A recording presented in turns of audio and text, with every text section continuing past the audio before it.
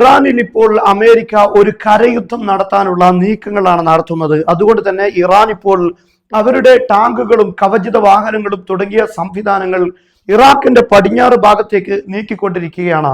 യഥാർത്ഥത്തിൽ ജോർദാനിലേക്ക് നിരന്തരമായ ഇറാന്റെ മിസൈൽ ആക്രമണം കാരണം അമേരിക്കയുടെ ധാരാളം യുദ്ധവിമാനങ്ങൾ, ഹെലികോപ്റ്ററുകൾ തകർക്കപ്പെട്ടിട്ടുണ്ട്. അതുകൊണ്ട് തന്നെ ഇപ്പോൾ ജോർദാനിൽ നിന്നും ഇസ്രയേലിലേക്ക് അമേരിക്കയുടെ യുദ്ധവിമാനങ്ങളെല്ലാം മാറ്റിയിരിക്കുകയാണ്. പ്രവിശ്യയിലെ തന്നെ ഏറ്റവും വലിയ സൈനിക സംവിധാനങ്ങൾ, അമേരിക്കയുടെ സംവിധാനങ്ങൾ ഇപ്പോൾ ഇസ്രയേലാണ് എന്ന് പറയാം. ഏകദേശം 300-ലധികം യുദ്ധവിമാനങ്ങളാണ് ഇസ്രയേലിനകത്ത് ഇപ്പോൾ ഉള്ളത്.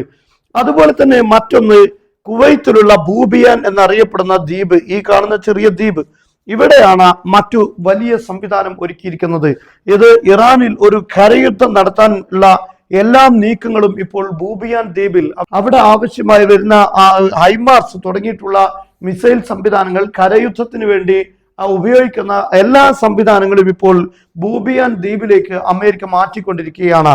എന്നാൽ ഇതിനെ നേരിടാനുള്ള അതിശക്തമായ തയ്യാറെടുപ്പാണ് ഇപ്പോൾ ഇറാൻ നടത്തിക്കൊണ്ടിരിക്കുന്നത്. വലിയ സൈനിക വിന്യാസം ഈ ഭാഗത്ത് ശക്തമായി ഇപ്പോൾ ഇറാൻ നടത്തിക്കൊണ്ടിരിക്കുകയാണ്. അതുപോലെ തന്നെ ബൂബിയാൻ ദ്വീപ് തകർക്കുക എന്നതാണ് ഇപ്പോൾ ഇറാന്റെ മുന്നിലുള്ള പ്രധാനപ്പെട്ട ലക്ഷ്യം.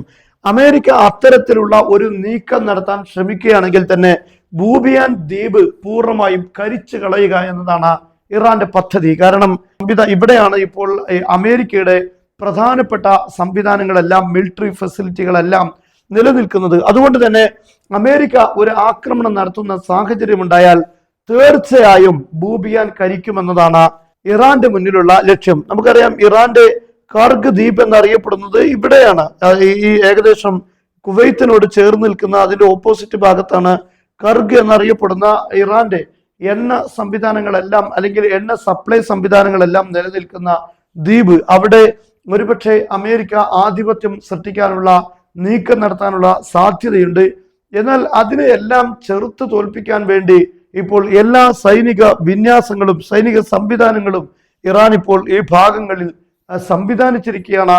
മാത്രമല്ല, വിമാനങ്ങളെ നേരിടാൻ പുതിയ പ്രതിരോധ സംവിധാനങ്ങളും ഇപ്പോൾ ഇറാൻ ഒരുക്കിയിട്ടുണ്ട്, അതിനെല്ലാം ആക്റ്റീവ് ആക്കിയിട്ടുണ്ട് എന്ന വാർത്തയാണ് വരുന്നത്. എന്തായിരുന്നാലും ഈ യുദ്ധം ആരംഭിക്കുകയാണെങ്കിൽ അത് വലിയ ഗുരുതരമായ സാഹചര്യങ്ങളിലേക്ക് നീങ്ങുമെന്ന കാര്യം ഉറപ്പാണ്.